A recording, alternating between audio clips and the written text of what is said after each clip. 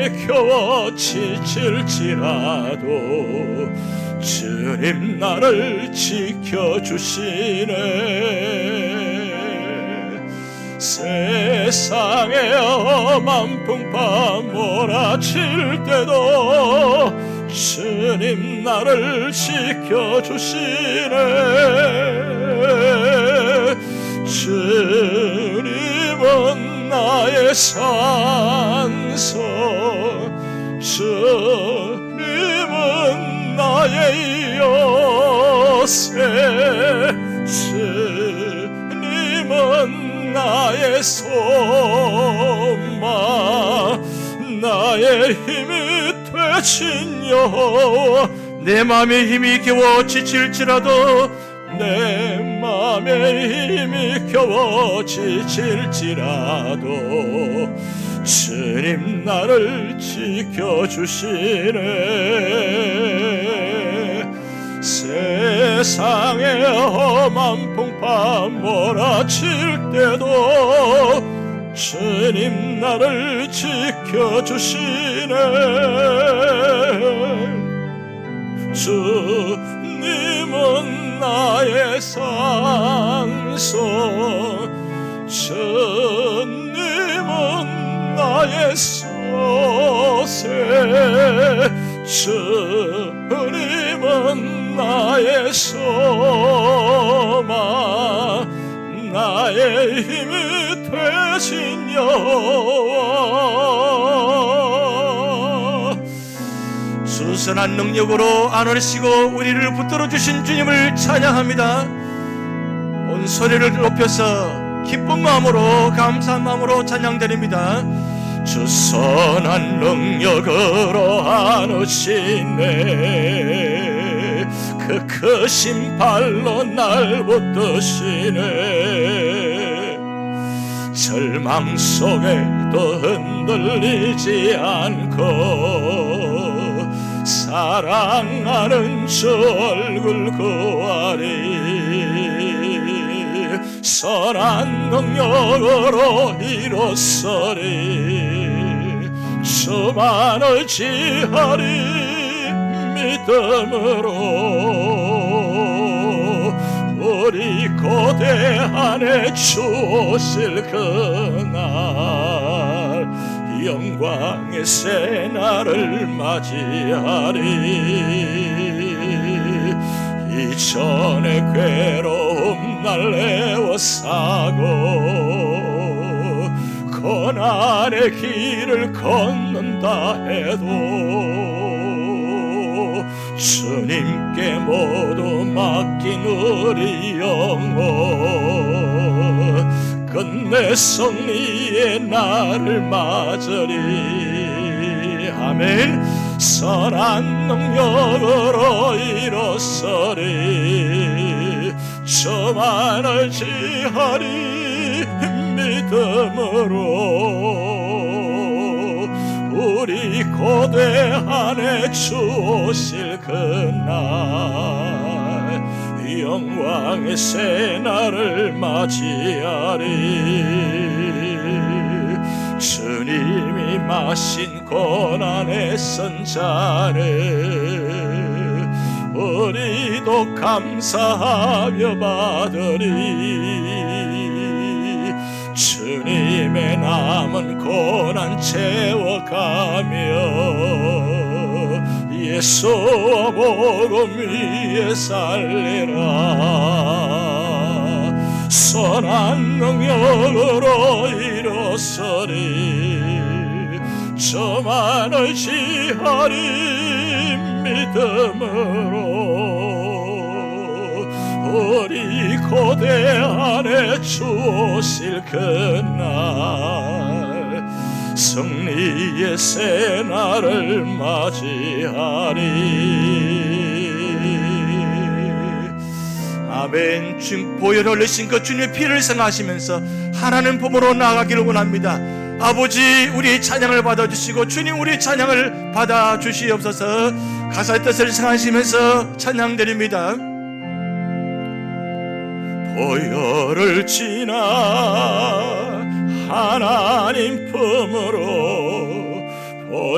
보혈을 지나 아버지 품으로 보혈을 지나 하나님 품으로 한 걸음씩 나가네. 보혈을 지나 보혈을 지나 하나님 품으로 보혈을 지나 아버지 품으로 보혈을 지나 하나님 품으로 한 걸음씩 나가네.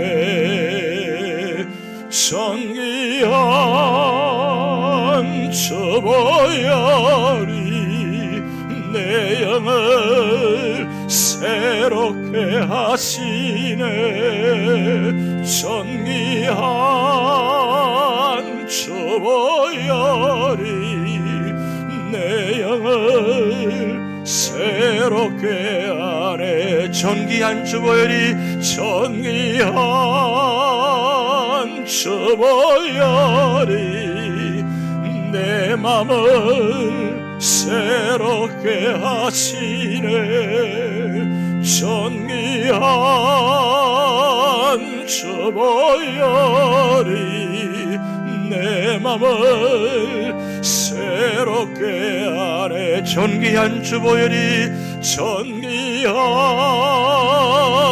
저 보혈이 내 몸을 새롭게 하시네.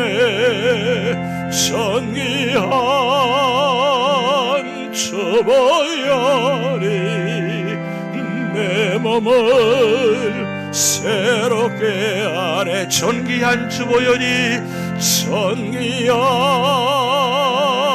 저 보혈이 가정을 새롭게 하시네.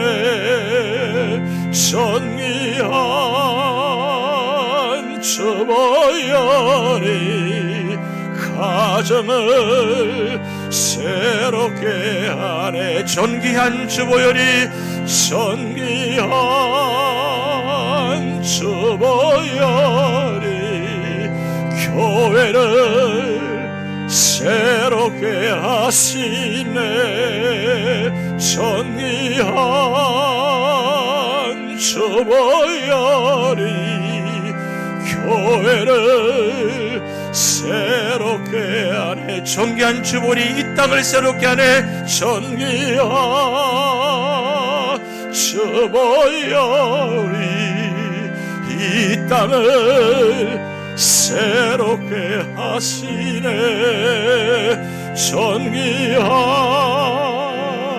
저 보혈이 이 땅을 새롭게 하네. 찬양하라 내 영혼아,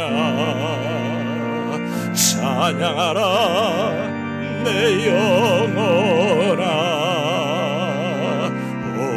몸과 정성 다하여 주 찬양하라. 경배하라 내 영혼아, 경배하라 내 영혼아. 온몸과 정성 다하여 주 경배하라.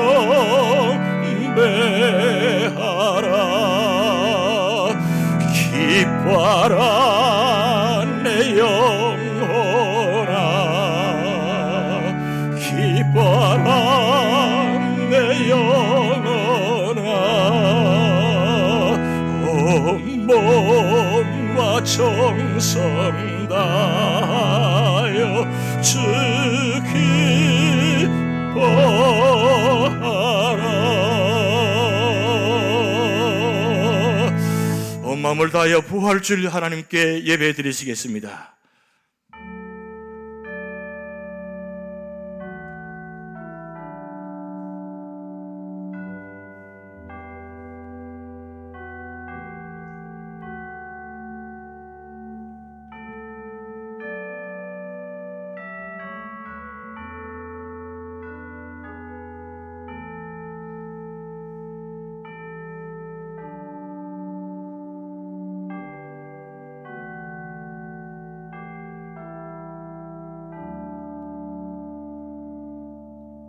천사가 여자들에게 말하여 이르되 너희는 무서워하지 말라. 십자가에 못 박히신 예수를 너희가 찾는 줄을 내가 아노라. 그가 여기 계시지 않고 그가 말씀하시던 대로 살아나셨느니라.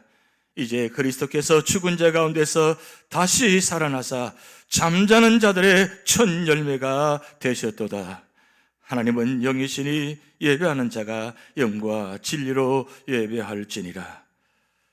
사랑과 은혜가 충만하신 하나님 아버지, 부활주일 아침 사망 권세에 계시고 부활하신 주님을 찬양드립니다.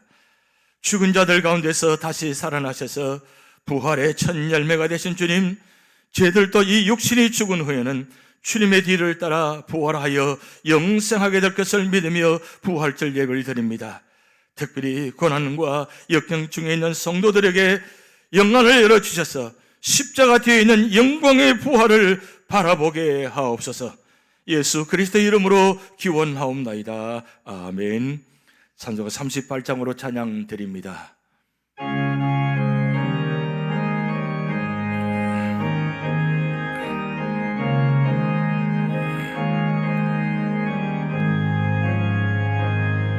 예수 우리 왕이여 이곳에 오셔서 우리가 왕께 드리는 영광을 받아 주소서. 우리는 주님의 백성, 주님은 우리 왕이라.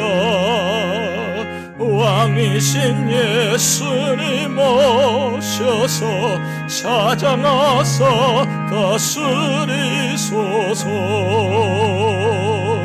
예수 우리 주시여 이곳에 오셔서 우리가 주께 드리는 찬양을 받아 주소서. 우리는 주님의 정금, 주님은 우리 주시라. 주 대신 예수님 오셔서 이 찬양을 받아 주소서. 부활절 성시 교독입니다. 교독하시겠습니다.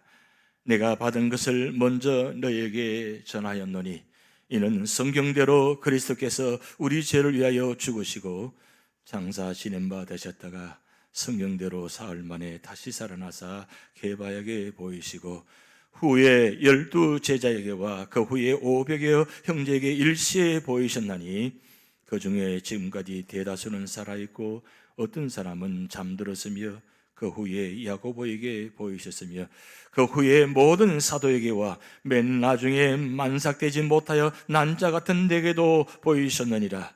그리스도께서 만일 다시 살아나지 못하셨으면 우리가 전파하는 것도 헛것이요 또 너희 믿음도 헛것이며 만일 그리스도 안에서 우리가 바라는 것이 다만 이 세상의 삶뿐이면 모든 사람 가운데 우리가 더욱 불쌍한 자이리라. 그러나 이제 그리스도께서 죽은 자 가운데서 다시 살아나사 잠자는 자들의 첫 열매가 되셨도다. 아멘. 고백 기도 드리시겠습니다.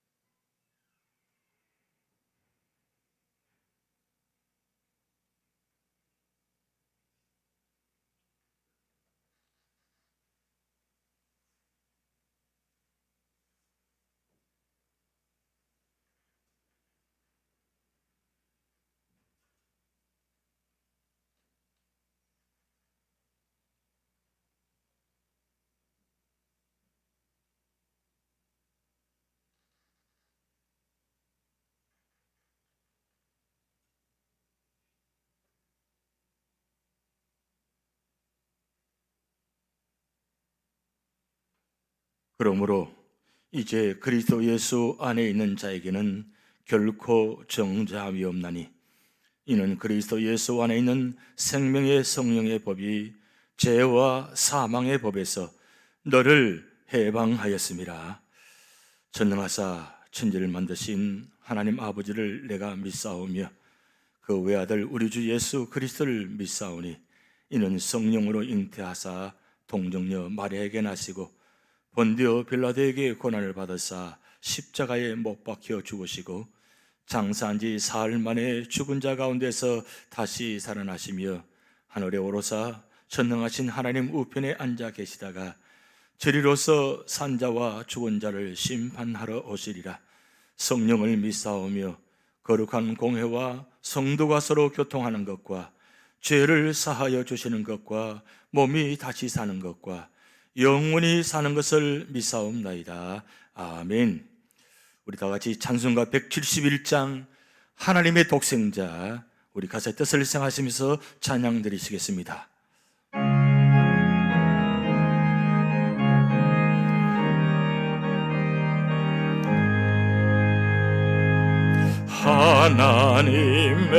하나님의 독생자 예수 날 위하여 오시었네.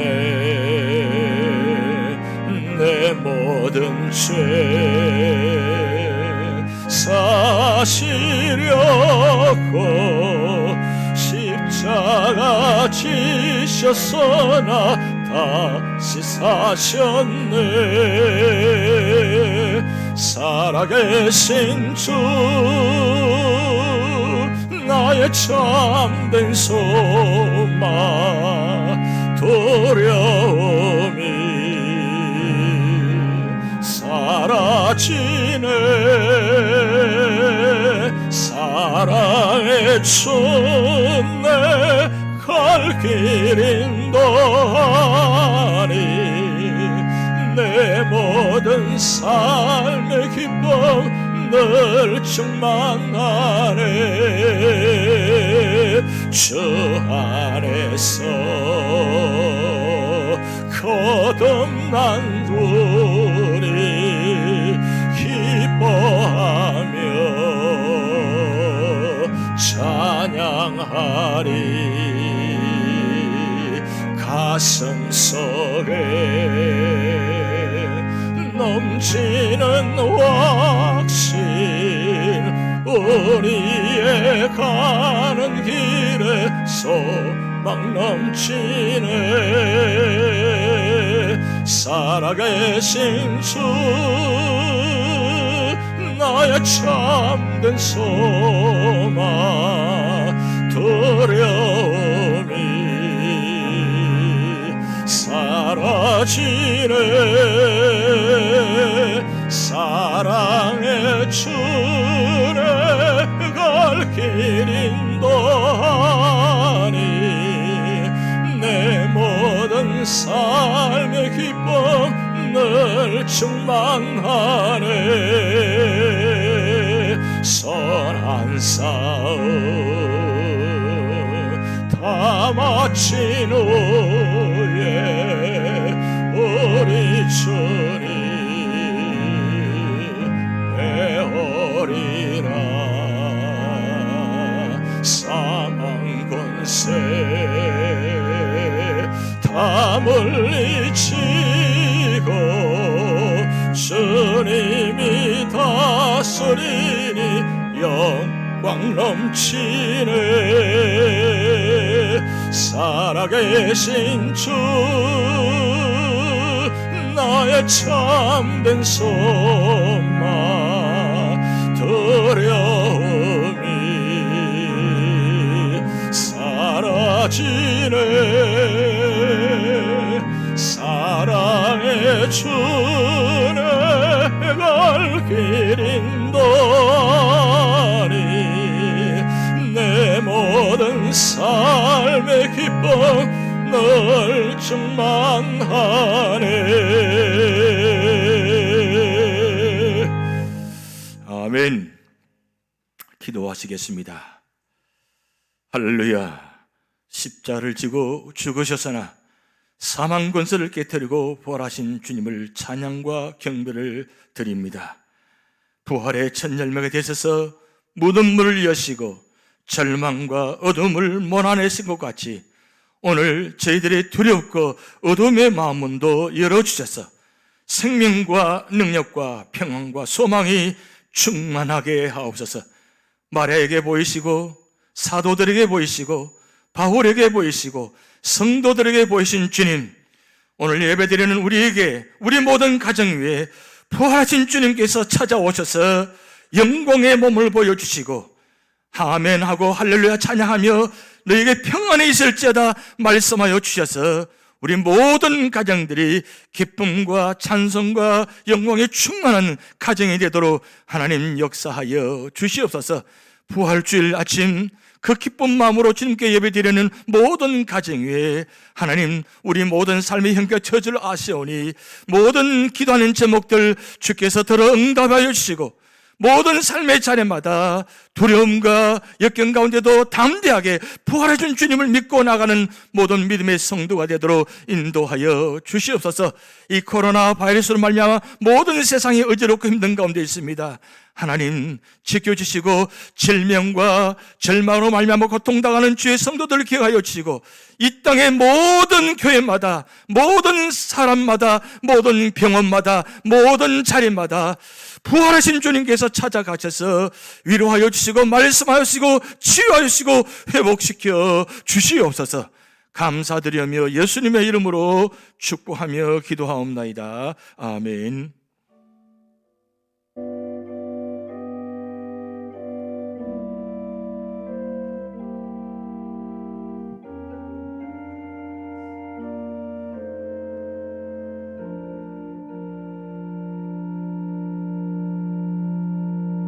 부활주일 우리에게 주신 하나님의 말씀은 누가복음 24장 5절 6절 말씀입니다.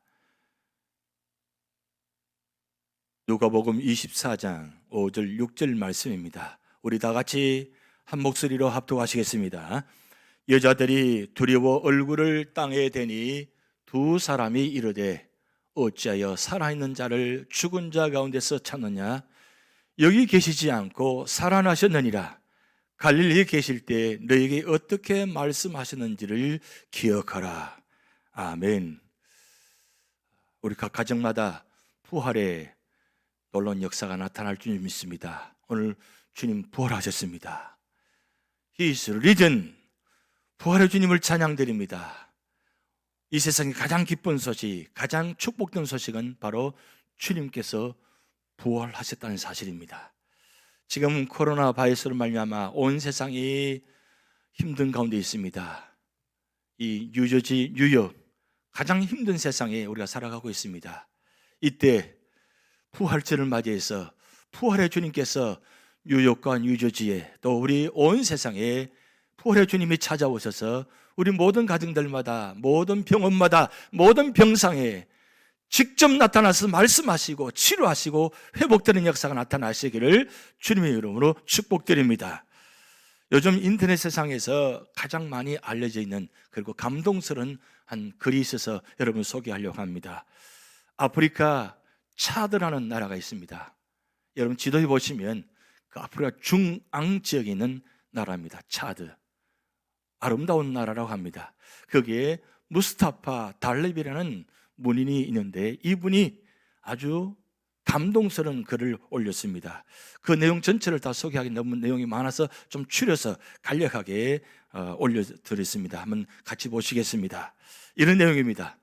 아무것도 아닌 그 하찮은 것에 의해 흔들리는 인류 그리고 무너지는 사회, 코로나 바이러스라 불리우는 작은 미생물이 지구를 뒤집고 있다. 보이지 않는 어떤 것인가가 나타나서는 자신의 법칙을 고집한다. 순식간에 우리는 매연 공기오염이 줄었음을 깨닫게 되었고 시간이 갑자기 생겨 뭘 할지 모르는 정도가 되었다. 부모들은 자신의 아이들에 대해 알아가기 시작했고 아이들은 집에서 가족과 함께하는 시간에 대해 배우기 시작했으며 이 일은 이제 더 이상 삶에서 우선이 아니고 여행, 여가도 성공한 삶의 척도가 아님을 깨닫기 시작했다. 우리는 곧 침묵 속에서 스스로를 돌아보기 시작했으며 약함과 연대성이란 단어의 가치에 대해 이해하기 시작했다. 우리는 가난하거나 부자거나 모두 한 배에 타고 있음을, 시장의 모든 물건들을 마음껏 살 수 없으며 병원은 만원으로 들어차 있고 더 이상 돈으로 해결되는 문제들이 아님을 깨닫게 되었다. 코로나 바이러스 앞에서는 우린 모두 똑같이 연약한 존재일 뿐이라는 것도, 외출할 수 없는 주인들 때문에 차고 안에서 최고급 차들이 잠자고 있으며 그런 식으로 단 며칠만으로 세상에는 이제는 실은 불가능해 보였던 사회적 평등이 이루어졌다. 공포가 모든 사람을 사로잡았다. 가난한 이들에게서부터 부유하고 힘 있는 이들에게로 공포는 자기 자리를 옮겼다.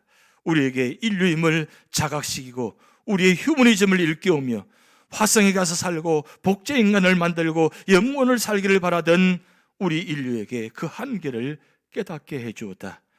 하늘의 힘에 맞닥뜨려 했던 인간의 지식 또한 덧없음을 깨닫게 해주었다.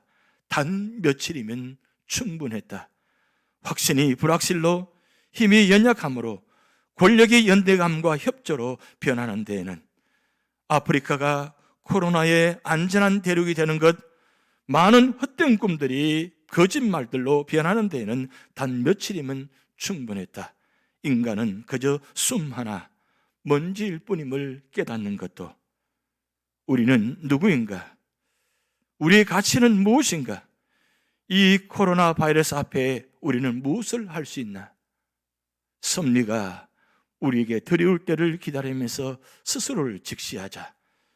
전 세계가 하나같이 직면한 코로나 바이러스 상황에서 우리의 휴머니티가 무엇인지 질문해보자. 집에 들어 앉아 이 유행병이 주는 여러 가지를 묵상해보고 살아있는 우리 자신을 사랑하자. 굉장히 감동적인 내용입니다. 우리 삶의 자리를 다시 한번 되돌아보는, 지금까지 누려왔던 일상적인 모든 축복들이 얼마나 귀한 것인가를 다시 한번 깨닫게 되는 시간들입니다. 그런 시간에 주님께서 부활절, 이 부활하신, 부활은 바로 부활주일입니다. 그런데 여러분, 이 부활하신 예수 그리스도, 그 부활의 자리는 빈 무덤이었습니다. 여러분, 세상에서 가장 큰 무덤이 어딘 줄 아십니까? 이집트 쿠푸왕 피라미드입니다. 대단하게 큰 무덤입니다. 저렇게 큰 모습도 무덤입니다. 그 무덤 안에 미라를 만드는 저 왕의 모습이 들어앉아 있습니다. 그리고 세상에서 가장 아름다운 무덤이 하나 있습니다. 그것은 인도의 타지마할 무덤입니다. 이 무덤 정말 아름답습니다. 멀리서 보면 너무너무 아름답습니다. 그런데 들어가 보면 아름답지 못합니다. 저렇게 웅장하고 화려하고 아름답게 지은 저 무덤, 저것도 무덤입니다. 그런데 여러분, 저때 지은 왕이 그 지은 사람 약 한 2만 명 사람들을 손을 다 잘랐다고 합니다. 왜 잘랐느냐? 다시는 이보다 더 좋은 무덤을 만들지 못하기 위해서 왕이, 황제가 저 아름답게 지은 사람들의 손을 다 잘라버렸다는 거예요. 그래서 저보다 더 아름다운 무덤 현재 없습니다. 세상에서 가장 아름다운 무덤, 저 무덤 안에 들어가 보면 왕과 왕후의 두 무덤이 들어있습니다. 저 무덤은 왕후를 위해서 너무 사랑해서 저 무덤을 지었다고 합니다. 그런데 그렇게 아름다운 사랑의 보금자리가 아니라 죽음의 자리, 무덤의 자리입니다. 아무리 그치 화려하다 할지라도 무덤은 무덤입니다. 그런데 우리 주님께서 본하신 그 자리, 그 자리는 빈 무덤입니다. 주님의 무덤, 너무 초라하지 않습니까? 앞에 있는 두 무덤과 비교하면 비교할 수 없는 그런 정말 비교도 안 되는 무덤입니다. 아니, 온 우주에, 온 세상에 만왕에 와 계신 그 주님의 무덤이 저렇게 빈 무덤이 된다는 건 무슨 뜻입니까? 저 안에 아무것도 없다고요? 여러분, 이집트 왕의 무덤, 타지마할의 무덤 안에는, 거기에는 미라로 만드는 썩지 않는 그런 시신이 안에 들어있습니다. 그런데 예수님의 그 무덤 안에는 예수님이 계시지 않습니다. 그런데 주님께서 부활하신 후에 저 무덤의 자리에 남겨놓으신 것이 있습니다. 우리는 그동안 많이 지나쳤습니다. 그냥 빈 무덤만 생각했습니다. 아무것도 없다고 생각했는데, 놀라운 사실은 성경을 주목해 보면 예수님께서 남겨놓은 것이 많이 있습니다. 오늘 여러분 그것을 확인하려고 합니다. 주님 무덤의 자리, 첫 번째, 주님은 향기를 남겨두었습니다. 무슨 향기일까요? 무덤의 자리는 3일 지나면 무덤은 시스는 썩게 되어 있습니다. 그런데 놀라운 사실은 이 주님을 썩지 않기 위해서, 부패를 방지하기 위해서 요한복음 19장 39절에 이렇게 말씀 기록되어 있습니다. 일찍이 예수께 찾아왔던 니고데모도 모략과 침향 섞은 것을 100리터라쯤 가지고 온지라 그랬습니다. 여러분, 이 니고데모가 누구입니까? 놀라운 사실은 성경의 가장 큰 주제, 가장 놀라운 주제, 요한복음 3장 16절, 하나님 세상을 이처럼 사랑하사 독생자를 주셨으니 이는 그를 믿는 자마다 멸망치 않고 영생을 얻게 하려 하리라. 이 놀라운 위대한 말씀을 예수님께서 어느 날 밤에 찾아온 니고데모에게 말씀한 장면이 바로 일찍이 예수께 찾아왔던 이 말씀입니다. 니고데모가 예수님께 찾아와서 예수님 말씀을 듣고 변화되어서 아무도 찾아오지 않은 그 자리에 니고데모가 놀랍게도 모략과 침향 섞은 것을 100리터라쯤 가지고 온지라 그랬습니다. 여기 100리터라쯤은 오늘 여기 계산하면 한 34kg. 여러분, 이 모략과 침향은 부패를 방지하기 위해 있는 향품입니다. 이 모략하니까 우리는 생각나는 거 없습니까? 모략. 동방박사가 세 사람이 그 아기 예수님께 찾아와서 세 가지 예물을 드렸는데 황금과 유향과 모략을 드렸어요. 그 모략을 지금 니고데모가 모략을 가지고 왔어요. 그러니까 시작과 끝을, 지금 모략으로 시작과 끝을 맺습니다. 거기다가 침향을 섞습니다. 왜 침향을 섞느냐? 여기는 이 모략과 침향은 똑같은 향품이면서 부패를 방지하기 위함입니다. 그래서 시신을 감쌀 때, 세마포를 감쌀 때에 이 가루를 만드는 것을 거기에 세마포 덮을 때마다 가루를 뿌린다고 합니다. 뿌리면 이것이 부패가 방지가 되고 그 다음에 향기가 난다는 거예요. 예수님께서 무덤에서 자리를 나가시고 난 후에 그 자리에 시신의 썩음이 있는 것이 아니고 향기가 있었다는 거예요. 향취가 난다는 거예요. 그래서 예수님이 있는 자리는, 예수님 머문 자리는 썩음이 진동하는 것이 아니라 향기가 진동합니다. 우리 가정, 우리 교회, 우리 모든 삶의 자리에 예수님이 계시면 썩지 않고 부패하지 않고 향기가 나는 자리가 됩니다. 여러분, 놀라운 의미가 있지 않습니까? 그리고 두 번째, 주님은 세마포를 남겨두었습니다. 이 세마포는 육신을 덮는 자리입니다. 요한복음 19장 40절 말씀에 이에 예수의 시체를 가져다가 유대인의 장례의 법대로 그 향품과 함께 세마포를 쌌더라 그랬어요. 이 향품은 바로 모략과 침향입니다. 그것을 세마포로 쌀 때마다, 겹으로 쌀 때마다 이 향품을 뿌려서, 그래서 덮어서 시신이 식지 않도록 하는데 이 세마포를 쌌더라 그랬습니다. 그런데 이 세마포를 남겨두셨어요. 왜 남겨주셨을까요? 여러분, 나사로가 살아나올 때에 어떤 모습으로 살아나왔습니까? 세마포 입고 그대로 나왔습니다. 그래서 풀어주라 그랬어요. 그런데 예수님은 그 세마포를 입고 나오신 것이 아니라 세마포를 두고 신령한 옷을 입고 나오신 거예요. 결국 무슨 말씀입니까? 육신의 시신의 세마포는 중요하지 않습니다.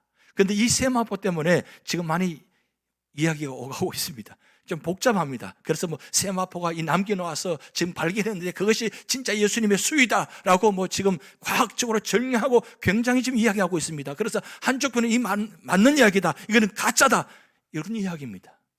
그런데 왜 세마포를 남겨놓았을까요? 우리가 부활하면 우리도 육신에 입고 있는 모든 거 다 그대로 둔다는 겁니다. 여러분, 잘 때 옷을 입고 주무시죠? 그래서 옷을 입고 주무시고 난 다음에 일어나서 어떻게 합니까? 그 입은 옷을 가지고 세상에 나옵니까? 지금은 잠옷 입고 나오셨어요? 여러분, 이 예배 드리는 가정에서 지금 혹시 잠옷 입고 앉아 계신 분은 혹시 없었어요? 다 보입니다. 부활주일, 왜 예수님께서 세마포를 벗어놓고 신령한 몸을 입으셨을까요? 우리 육신의 못 입고 있는 것, 이건 다 아무것도 아니라는 사실입니다. 이것이 중요한 것이 아니라는 뜻입니다. 결국 우리는 세마포를 입고 사는 것이 아니라 신령한 옷을 입고 사셔야 됩니다. 그래야 우리 삶의 자리에 주님이 함께 하시고 그 부활하신 주님이 역사가 나타난다는 사실입니다. 그리고 세 번째 말씀 보면 주님은 머리를 쌌던 수건을 남겨뒀다고 그랬어요. 여러분, 세마포는 기억하는데 이 머리를 쌌던 수건은 기억을 못하신 분들이 많을 겁니다. 이런 말씀도 있나요?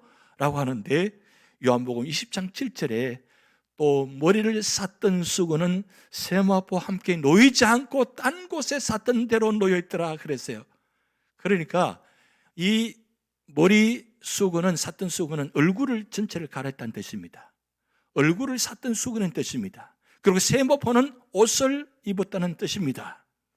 그런데 보면 딴 곳에 쌌던 대로 놓아두었더라 그랬어요. 여러분, 이 세마포와 그리고 머리를 쌌던 수건이 굉장히 중요한 것인데 예수님께서 돌아가셨을 때 머리에다가, 얼굴에다가 이 수건을 둘렀다는 뜻입니다. 근데 그것을 아무 곳에 놓았다는 뜻이에요. 무슨 뜻입니까? 슬픔의 얼굴을, 고통의 얼굴을, 죽음의 얼굴을 쌌던 수건입니다. 그 주님께서 부활하시면서 그 얼굴에 머리에 둘렀던 수건을 따로 놓고 나오셨다 그랬어요. 그대로 나오신 것이 아니라 무슨 뜻입니까? 우리의 슬픔의 자리, 고통의 자리, 죽음의 자리, 그런 얼굴을 덮은 얼굴을 가지고 나타나지 말라는 뜻이에요. 벗어놓아야 돼요. 벗어야 돼요. 부활의 주님이 벗고 나오셨단 말씀입니다. 그런데 우리 삶의 자리는 어떻습니까? 여전히 예수님 믿고 있으면서, 부활의 주님 믿으면서 여전히 예배드리면서도 슬픔의 얼굴을 하고 있어요. 고통의 얼굴을 하고 있어요. 그것을 얼굴 둘러막고 있어요. 보이지가 않아요. 부활의 주님이 안 보여요. 왜? 슬픔의 얼굴을 가렸기 때문입니다. 우리의 눈이, 우리 머릿속의 생각이 다 슬픔의 수건으로 다 가려져서 아무것도 보이지 않는 거예요. 그래서 조금만 얼음 당하면 죽겠다고 하는 거예요. 내 머릿속에, 내 마음속에. 그래서 얼굴 표현 보면 죽을 상해, 죽을 전이에요. 그런데 주님께서 그 죽음의 자리에서 그것을 벗어 던지시고 잘 포개 놓으시고 그리고 나오셨다는 사실이에요. 오늘 부활의 주님을 여러분 믿고 계십니다.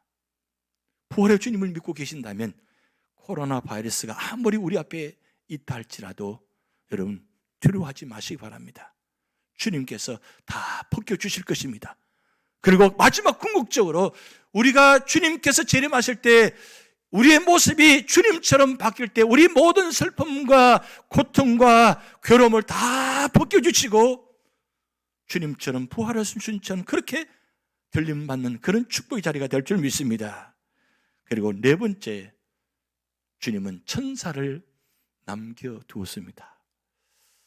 여러분, 예수님께서 평소에 사역 감당하실 때마다 늘 함께 하시는 천사들입니다. 그리고 겟세마네 동산에서 예수님께서 이 땀방울이 핏방울 정도로 기도하실 때 천사가 수종들더라 그랬어요. 그런데 진짜 나타날 자리, 예수 십자가 자리는 예수 천사가 없었어요. 아니, 천사가 도와야 되잖아요. 지금 죽음의 순간인데 얼마나 고통스러운데 천사가 수종드려야 되잖아요.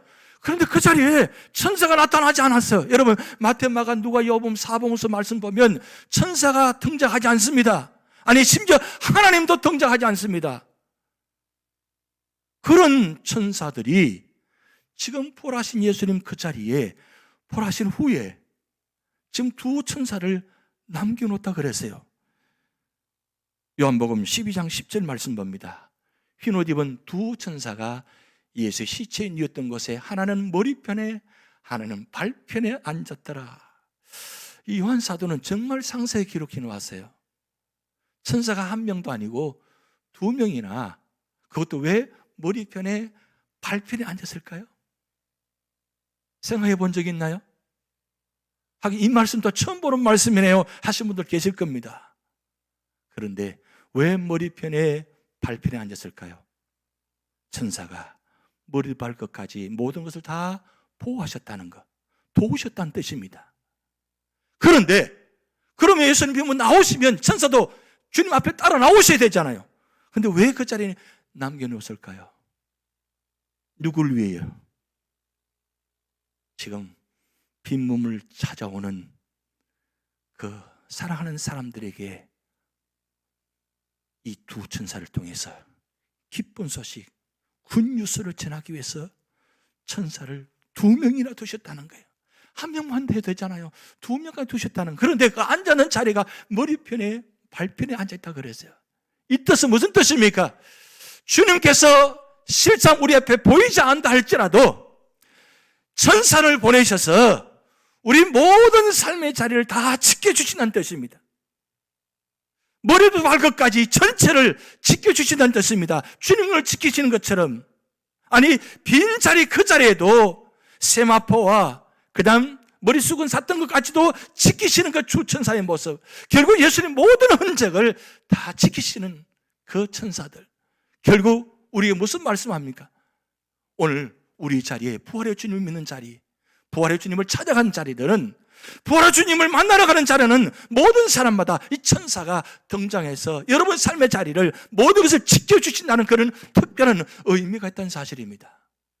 여러분, 오늘 우리 삶의 자리에 하나님은 천사를 보내셔서 우리와 함께 하시고, 요한계시록 보면 우리가 기도할 때 그 모든 기도하는 제목들을 천사가 하나님께 전달한다 그랬어요. 그래서 받은 기도의 제목을 다 안에 담아놓는다고 그랬어요. 지금도 하나님은 천사를 보내셔서 여러분 삶의 자리에 함께 하시고 도우시고 인도하시고 보호하시고 축복하십니다. 그 사실 여러분 믿으시기 바랍니다. 그리고 다섯 번째, 진짜 중요한 건, 예수님은 무덤에 계시지 않고 나오셨는데 무덤 문이 열려있는 상태, 열린 문을 남겨뒀다는 거예요. 닫힌 문이 아니라 열렸다는 뜻이에요. 근데 저 문이 이제 영원토록 열려져 있습니다. 그때 이후로 저 무덤은 영원히 열려져 있습니다. 닫힌다는 뜻은 무엇입니까? 갇힌다는 뜻입니다. 요즘 그런 말 하죠. 멈춤과 갇힘이 얼마나 귀한 축복인지. 멈춤, 갑자기 멈춤을 해서 내가 자의적으로 갇힌 것이 아니라 타의적으로 갇혀있는 우리 가정. 그래서 멈춤과 갇힘이 때로는 그게 슬픔이 아니라 축복이라는 사실, 그게 얼마나 귀한 것인지. 예수님은 3일 동안 무덤에 갇혀 계셨습니다. 그런데 그 주님께서 무덤 문을 여시고 나오셨습니다.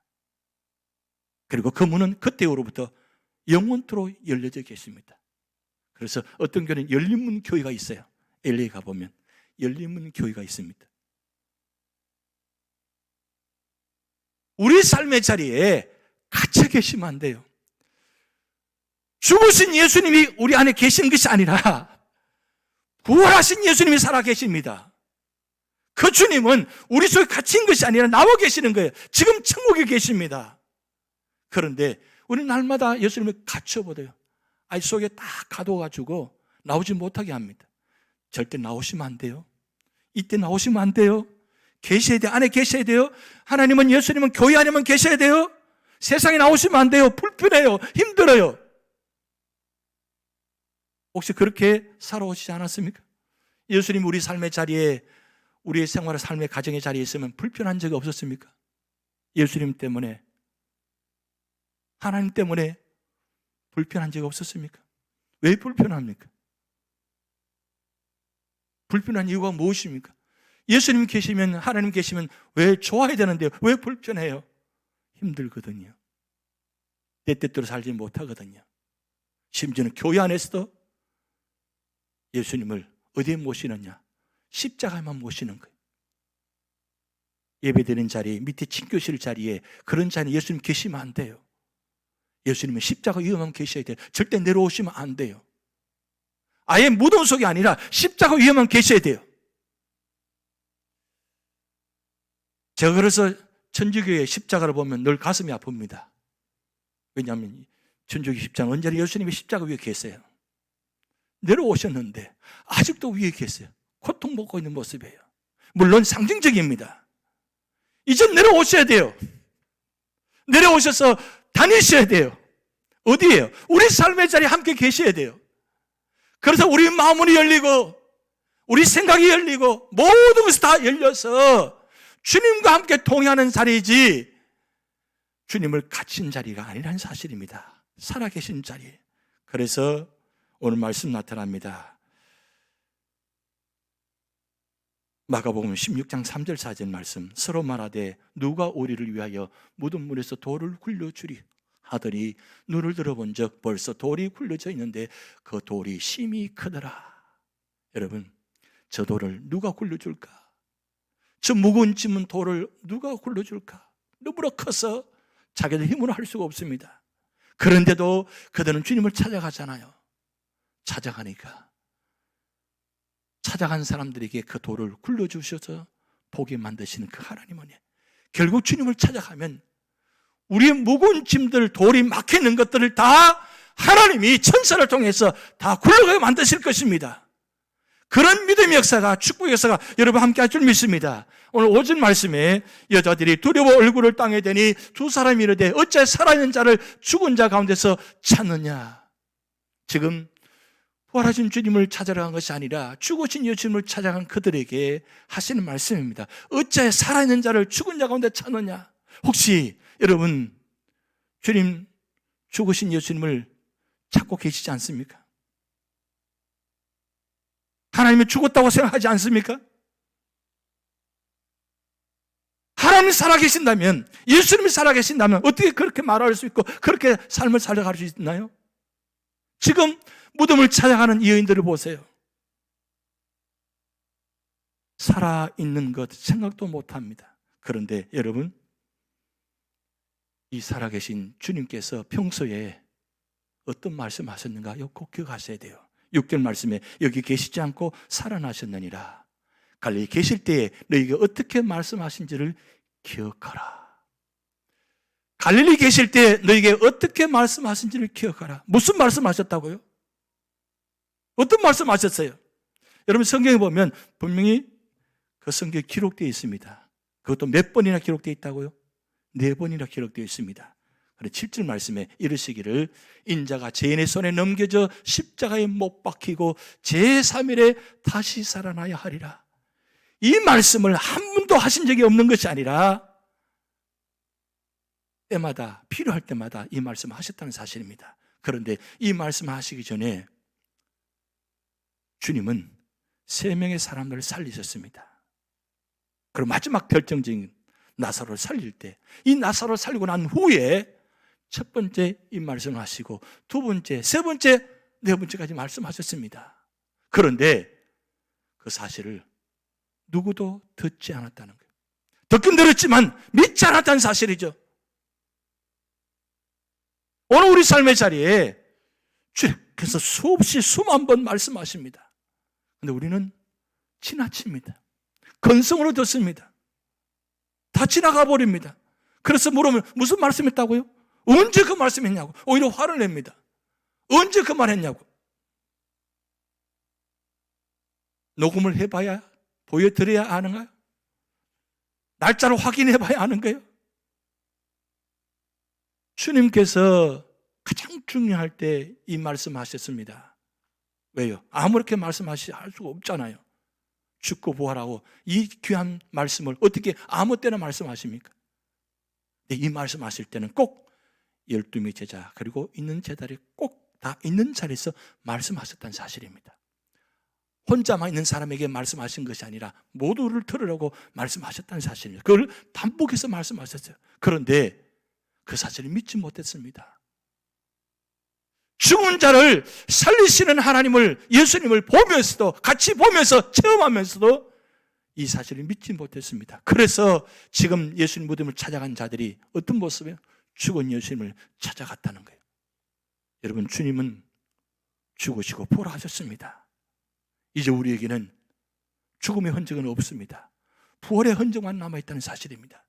그 흔적을 성경에다가 자세하게 기록해 놓았습니다. 결국 말씀하신 대로 살아나셨다는 것, 이런 기억하시기 바랍니다. 말씀하신 대로 살아나셨느니라. 저한테 귀한 책이 한 권 있는데 그 빈 무덤이라는 책이 있습니다. 이 빈 무덤. 이 빈 무덤은 그 내용이 어떤 책이냐면 대제사장 가야바, 여러분 기억나실 겁니다.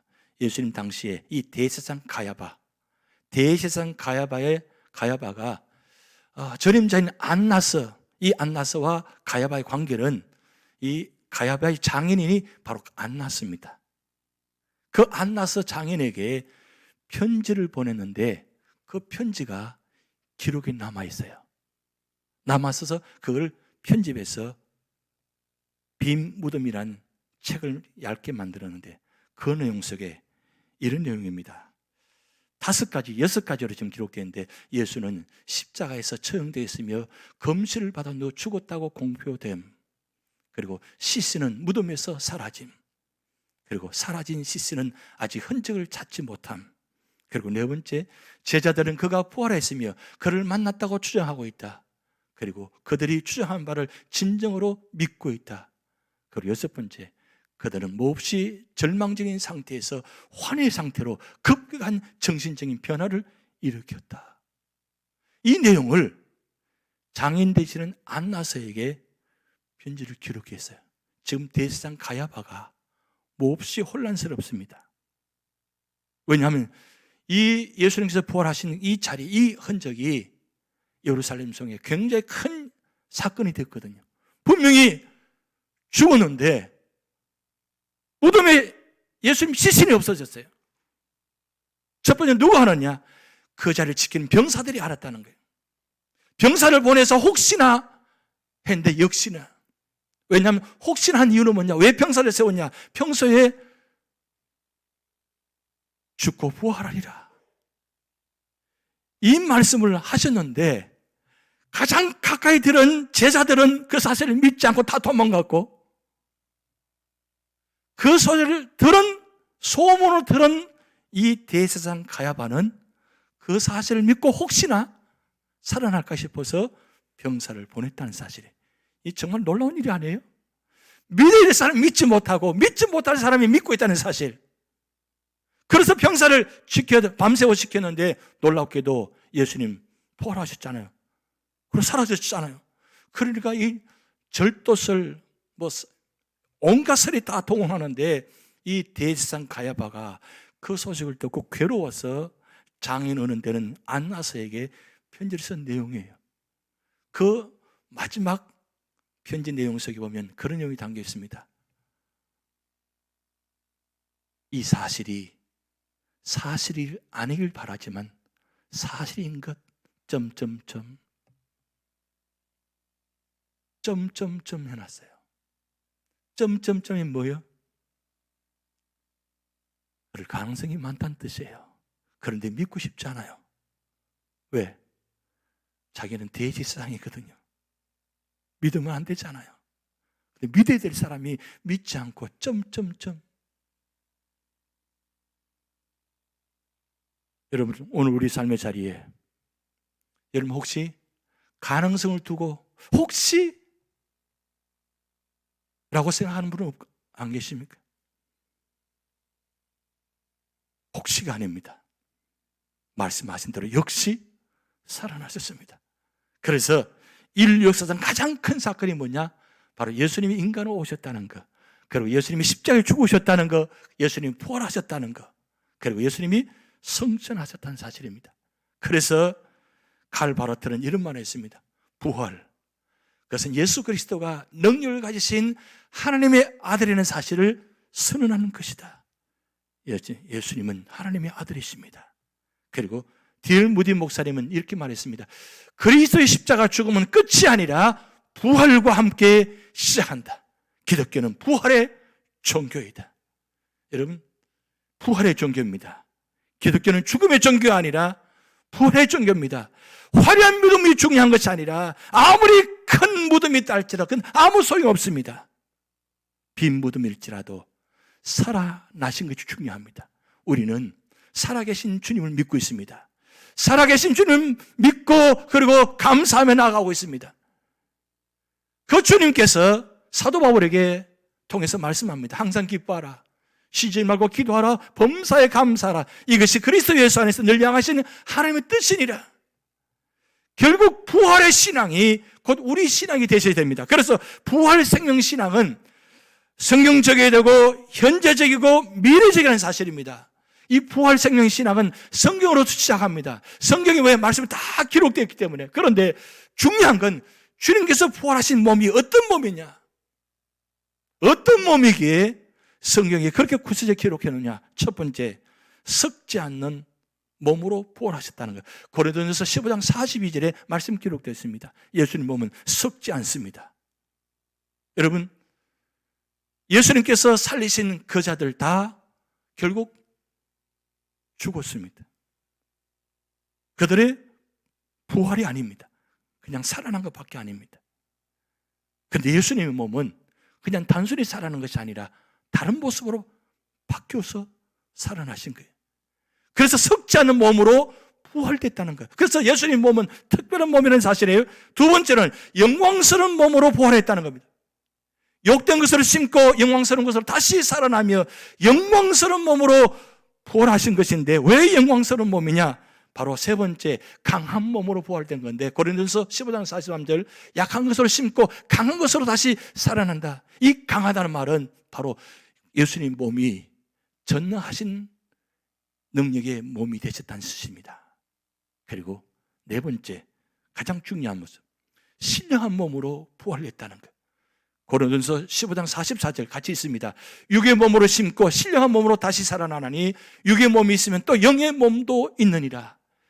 영과 육이 동시에 같이 살아나면서 그냥 단순히 산 것이 아니라 몸이 신령한 모습으로 바뀌었다는 사실이에요. 단순히 몸만 부활된 게 아닙니다. 몸만 살아난 것이 아니에요. 이 몸이 신령한 몸으로 바뀌었다는 것. 그래서 그 몸을 통해서 지금도 그대로 그때 살아나신 부활하신 그 모습 그대로 현재 존재하고 계신다는 사실이에요. 그래서 부활신앙은 미래의 신앙이면서 동시에 현재의 신앙이어야 됩니다. 앞으로 우리도 주님처럼 부활할 겁니다. 그 미래에 이루어질 것입니다. 그런데 그 미래에 이루어진 것은 동시에 우리의 신앙이 되어야 됩니다. 나도 주님처럼 그렇게 신령한 몸으로 바뀔 것이다. 부활할 것이다. 그런 믿음을 갖고 계셔야 돼요. 그래서 부활신앙을 가진 자는 바로 영원한 생명을 얻다는 사실입니다. 영원한 생명이다. 예수님은 영원한 존재일 것처럼 우리도 영원한 존재로 바뀌어진다는 사실. 그래서 그 영원하신 존재께서 다시 오신다는 것. 그래서 인류 역사상 가장 큰 미래의 사건이 뭐냐? 예수님 다시 오신다는 것. 지금 예수님 다시 오신다는 사실을 지금 많은 증거를 지금 보여주고 있습니다. 요한계시록을 통해서 지금 말씀대로 다 이루어지고 있습니다. 이 모든 현상들이 다 요한계시록에 기록된 말씀들입니다. 무슨 뜻입니까? 지금 주님께서 곧 오실 것이라는 것을 우리에게 지금 증거로 보여주고 계신다는 사실입니다. 그렇다면 이 마지막 때에 이 놀라운 세상 속에 살아가면서 우리는 어떻게 해야 돼요? 우리만 간직할 것이 아니라 이 부활의 소식을 온 세상에 전해야 돼요. 여러분, 부활절 되면 강대상 앞에다가 뭘 놓느냐면 백합을 놓아요. 이번 올해는 놓지 않았습니다. 그동안 계속 부활절 때마다 백합을 놓았어요. 여러분, 백합 그림을 보시면 어떤 모습입니까? 다음 장면 보시면 무엇처럼 보입니까? 나팔처럼 보이지 않아요? 저 나팔이 무슨 뜻이에요? 부활하는 것처럼 보이지 않습니까? 백합의 모습이 부활하고 있잖아요. 지금 5개 부활이 지금 나타나고 있잖아요. 부활. 여러분, 자연 만물도 저렇게 열어서 부활하고 있는데 살아있는 우리, 영생할 우리, 영원한 존재 우리는 왜 부활하지 못합니까? 부활하지 않고 죽겠다 하지 마시고 이제부터는 부활하시기 바랍니다. 그래서 이 부활함을 통해서 지금 온 세상의 죽음으로 해서 지금은 고통스럽게 겪고 있는 많은 사람들 있지 않습니까? 이분들에게 지금 부활하신 예수님을 믿으십시오. 믿으면 부활이 있습니다. 부활을 믿는, 부활을 증인하는 교회 성도가 될 때 온 세상이 소망 가운데, 기쁨 가운데 승리한 모든 교회와 성도가 될 줄 믿습니다. 부활의 성도 되셔서 승리하는 여러분 되시기 바랍니다. 기도하시겠습니다. 하나님 아버지, 부활을 하신 주님을 찬양 드리며 부활하신 주님이 오늘 우리 가정과 우리 교회, 우리 삶의 자리에 오셔서 너에게 평안을 지어다 말씀하여 주시고 어둡고 캄캄한 우리 모든 삶의 자리마다 놀라운 기쁨과 부활의 역사가 부활의 소망을 갖고 승리하는 모든 삶 되도록 하나님 축복하여 주시옵소서. 감사드리며 예수님의 이름으로 기도하옵나이다. 아멘. 알리는 말씀드립니다. 우리 사랑합니다. 축복합니다. 주님 부활하셨습니다. 우리 각 가정에서 인사하시기 바랍니다. 혼자 계신 분들은 큰 소리 외치서 부활하셨습니다. 감사합니다. 계속 반복되는 광고지만 코로나19 바이러스 확산에 대한 임시 조치로 지금 계속적으로 예배를 온라인 예배를 드리고 있습니다. 제가 예배를 드리면서 여러분 보이지 않으니까 답답합니다. 그래도 예배 드리시고 계신다는 걸 보면서 영안의 눈을 열어서 여러분 보면서 예배를 드리고 있습니다. 여러분 삶의 자리에 예배가 소중한 것을 다시 한번 깨닫고 그리고 예배 드리는 가운데서 또 은혜가 있고 또 축복이 있고 또 오늘 삶의 자리에 예배의 삶의 자리가 될 때에 하나님 그 자리에 임재하시고 축복해 줄 줄 믿습니다. 봉헌 예물 힘들고 어느 가운데도 힘을 다해서 봉헌해 주셔서 감사드립니다. 그리고 다니엘 153 기도운동 계속 기도 하루에 3번씩 정해서 기도를 부탁드립니다. 우리 구역장들 수고를 많이 하고 계시는데 매일 새벽마다 수요일마다 또 주일마다 이런 것을 다 여러분 카톡에 옮겨드리고 또 올려드리고 여러분 기도 많이 하고 계시는데 이때 우리가 모두가 다 어려울 때 서로 함께 위해서 기도하고 또 안부 전화드리고 또 사랑을 배려하는 그런 모습이 필요합니다. 그리고 특별히 감사하기는 우리 한 성도님 중에 이 힘든 가정들을 위해서 도네이션 것이 있어서 그렇게 힘든 가정들을 지금 조금씩 돕고 있습니다. 위해서 기도해 주시고 또 필요하신 분들은 교회에 신청해 주시기 바랍니다. 여름 캠프 8월 달인데 모든 게 다 끝나서 이 여름 캠프가 진행될 수 있도록 기도 부탁드리겠습니다. 그리고 전교인 성경 일정봉 행진, 이번 주간에 700독을 이제 지나갑니다. 700독, 701독까지 한 포도나무 구역에 수고하셨는데 감사드립니다. 때가 되면 귀한 선물을 드리도록 하겠습니다. 우리 모두가 다 이 힘들고 어려울 때 말씀 읽기 운동에 참여하셔서 꼭 승리하신 여러분 되시고, 그리고 부탁드리고 싶은 건 하루 종일 하실 일들이 많지 않다 보니까 이 스마트폰 보면서 온갖 세상을 다 서핑하고 계시는데 될 수 있는 대로 다 내려놓으시고, 그리고 좀 부탁드립니다. 그리고 올리는 것도 또 그렇게 함부로 올리지 마시고 은혜스럽게 말씀만 올리시고 찬양만 올리시고 그렇게 했으면 좋겠습니다. 그래서 모두가 다 이때 서로 힘을 합하고 서로 지금 기도하고 있구나, 우리 위해서 이렇게 사랑을 베풀고 그런 느낄 수 있는 그런 자리가 되었으면 좋겠습니다. 우리 봉헌 찬송 드리겠습니다. 내게 있는 모든 것을 주를 위해 드리네 찬양 드립니다.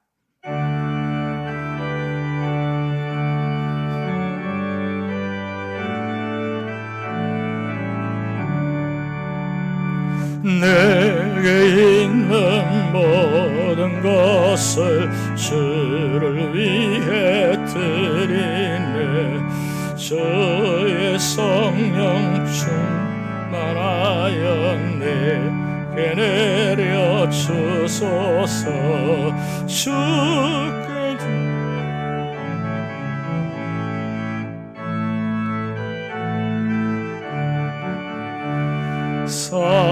사랑하는 구주 앞에 모두 드리네.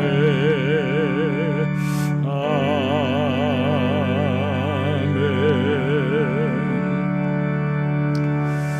한 가지 더 말씀드립니다. 지금 굉장히 어려울 때에 직장이나 사업장 힘드신 분들을 위해서 우리 당회에서 이용구 장로님이 책임 맡으시고 김현숙 집사님이 함께 동하면서 지금 어려운 분들을 위해서 돕고 계십니다. 신청하기에 정부의 신청이 힘들고 어려운 분들 우리 김현숙 집사님, 이영구 장로님께 연락드려서 신청한 걸 좀 도움받으시기 바랍니다. 지금 정부에서 각 상황마다 도움을 많이 애를 쓰고 계시는데 이때 우리 모두가 다 함께 받아서 이 어려울 때 참 잘 들어갈 수 있도록 꼭 부탁드리겠습니다. 신청 꼭 부탁드리겠습니다. 기도합니다. 하나님 아버지, 이 어려운 때에 힘든 가운데도 베풀어 주신 은혜 기억하며 감사하며 주님께 귀한 예물을 올려드립니다. 11조헌금으로, 감사헌금으로, 주정헌금으로, 선교헌금으로, 특별헌금으로 하나님께 올려드립니다.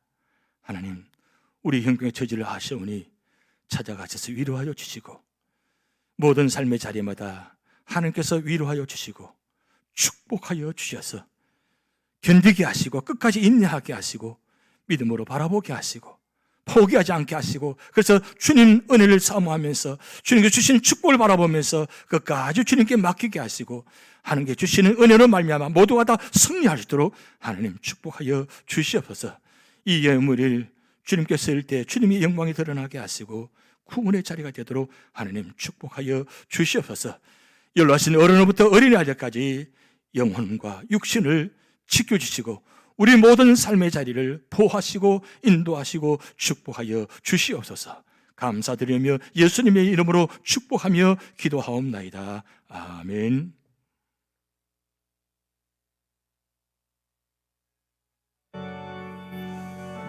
우리 주기도문 기도하시는 마음으로 찬양 드립니다.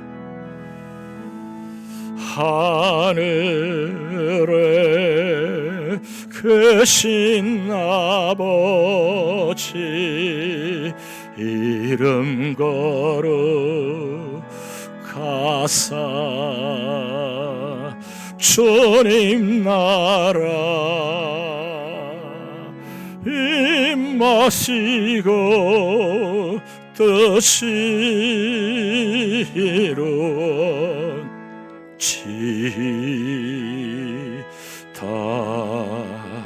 일용할 소식 주시고 우리들의 큰 죄 다 용서하옵시고 또 시험에 들게 마시고 악에서 구원하소서.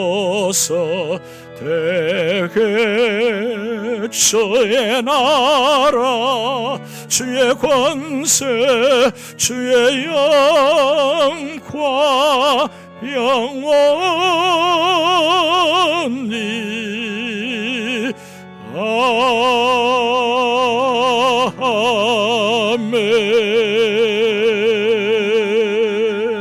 아멘. 이제는 우리의 부활의 소망 되시는 예수 그리스도의 은혜와 하나님의 무한하신 사랑과 성령의 교통하심과 역사하심이 이 어둡고 절망적인 상황 가운데도 부활의 주님을 소망하며 부활의 주님과 동행하며 부활의 주님과 모든 삶의 자리에 나타나기를 소망하며 나가는 모든 믿음의 가정들 위해 모든 삶의 자리 위에 이제로부터 영원토록 함께 하시기를 간절히 축원하옵나이다. 아멘.